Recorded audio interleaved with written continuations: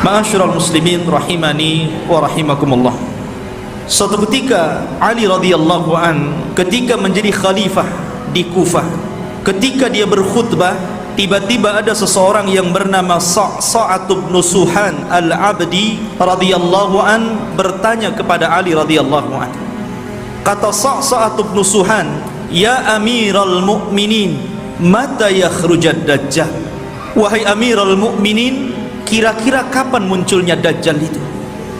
Maka Amirul Mukminin Ali radhiyallahu an beliau mengatakan, "Wahai Sa'sa'ah, engkau bertanya kepadaku sesuatu yang sangat besar, maka akan aku jawab dan tolong ingat-ingat jawabanku."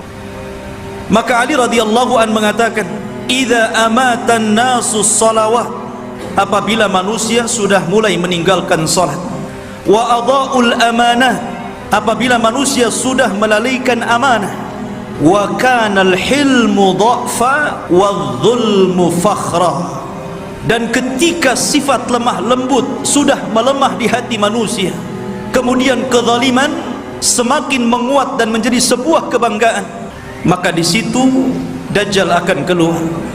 Kemudian kata Ali radhiyallahu an, "wa umara'uhum fajarah wa wuzara'uhum khawanah wa a'wanuhum zalamah wa qurra'uhum fasaqah." Dan ketika para pemimpin yang diangkat adalah pemimpin-pemimpin yang bejat, kemudian para menterinya adalah para pengkhianat-pengkhianat bangsa, dan para pendukungnya adalah orang-orang zalim, dan para ulamanya menjadi ulama-ulama ulama-ulama yang fasik. Maka ketika itu Dajjal akan keluar. Kemudian Ali radhiyallahu melanjutkan, "wa dhahara al-jawru wa fasaz zina wa dhahara ar-riba wa quti'atil arham." Dan ketika kezaliman dan kelaliman menyeruak di tengah-tengah bumi ini, kemudian menyebarnya zina, tampaknya riba, dan orang sudah mulai memutuskan silaturrahim, maka itu juga alamat telah dekatnya munculnya Dajjal. Kemudian kata Ali radhiyallahu an, "wattukhidatil qainat wa syuribatil khumur," dan ketika manusia sudah mulai memanggil-manggil para penyanyi untuk menyanyi, kemudian khamar diminum secara bebas. Artinya di sini ikhwatu fiddin, maka kalau itu terjadi maka telah dekat kemunculannya. Dan hari ini kita lihat anak-anak kita dicuci otaknya oleh televisi-televisi, kemudian dibayangkan kalau dia ingin seperti selebritis fulan dan fulana, karena merasa bahwa kalau menjadi artis dan selebritis itu hidupnya senang. Kemudian kata Ali radhiyallahu an, "wa nuqidatil uhud wa dhuyyatil atamah wa tawanan nas fi salatil jamaah." Kemudian ketika manusia sudah mulai tidak peduli dengan janji, mereka khianati janji-janji.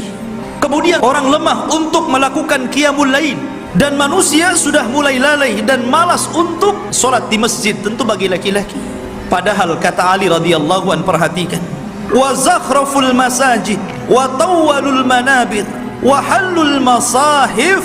Padahal masjid pada hari ini kita saksikan hampir semua masjid itu tidak ada yang jelek, semua bagus, besar-besar, indah-indah. Tapi kemana orang-orang yang sholat di dalamnya? Kemudian menara tinggi-tinggi, sampai sekarang mencari masjid, mengenali masjid itu lebih mudah dengan cara apa? Melihat menara. Oh, di sana ada masjid. Dari mana antum tahu? Tuh menaranya. Artinya orang dimudahkan untuk mencari dan melangkahkan ke masjid. Karena apa? Tidak disusahkan orang cari masjid, tapi orang malas ke masjid. Kemudian juga mereka mulai meninggalkan mushaf, padahal cetakan Al-Quran itu hampir setiap tahun dicetak, disebarkan di mana-mana. Quran itu tidak sulit untuk mendapatkannya, tapi orang malas membaca Al-Quran. Ada yang mengatakan nunggu Ramadan katanya, karena ada tadarus. Kemudian kata Ali radhiyallahu an, apabila ini sudah terjadi maka dekatlah munculnya Dajjal. Kemudian Ali melanjutkan, "wa akhadur rusha wa akalur riba wasta'malus sufaha wastakhaffu bid-dima." Ketika manusia sudah mulai mudah untuk memakan rasuah, sogok menyogok. Di negeri kita ini korupsi itu bukan hanya tingkat level atas saja, level bawah pun sama. Dan ini sudah banyak di mana-mana. Hampir semua sektor pekerjaan itu mesti ada rasuah, pada Rasul mengatakan ar-rasi wal murtasi finnar, orang yang memberikan sogokan, orang yang memakan sogokan sama-sama di neraka. Wa akalur riba, dan orang sudah gemar memakan riba. Bahkan riba di hari ini subhanallah luar biasa. Kemudian ketika manusia sudah mulai menjadikan para pemimpin-pemimpin yang jahil, pemimpin-pemimpin yang bukan bidangnya, dia letakkan di situ. Harusnya ketika Anda mencari pemimpin atau pengurus untuk memimpin sesuatu, cari pemimpin-pemimpin yang layak dan bisa mengurus urusannya. Contoh saja umpamanya yang paling mudah pesantren ataupun yayasan. Kadang orang-orang mencari pemimpin yang bukan orang-orang ahli agama. Macam mana orang yang bukan ahli agama memimpin pesantren yang notabene di situ diajarkan Al-Quran dan Sunnah? Jadi apa itu pesantren jadinya? Ini pesantren-pesantren. Lah yang lebih dari itu seperti kepala desa, lurah, camat, bupati, sampai kepada presiden. Ketika manusia sudah melalaikan itu, dan mereka juga menganggap remeh persoalan darah. Kalau orang sudah menganggap remeh persoalan darah, ikhwan, maka itu alamat telah dekat keluar Dajjal. Anda bisa saksikan hari ini di medsos, setiap hari kita mendengar ada orang yang membunuh dan ada orang yang dibunuh. Sampai sering saya katakan, orang yang membunuh bingung kenapa bisa membunuh, orang yang dibunuh lebih bingung lagi, kenapa Anda membunuh saya? Apa alasan saya Anda bunuh? Makanya bayi-bayi yang dibuang itu kemudian meninggal dalam kardus, meninggal di solokan, meninggal di tong-tong sampah, meninggal di parit-parit, itu di hadapan Allah akan datang ke hadapan Allah dan mengatakan wal mau'udatu su'ilat bi ayyi dzambin qutilat. Atas dosa apa kau bunuh aku? Aku ini salah apa? Aku masih kecil, aku tidak mendolimi siapapun, aku masih fitrah, kenapa aku dibunuh?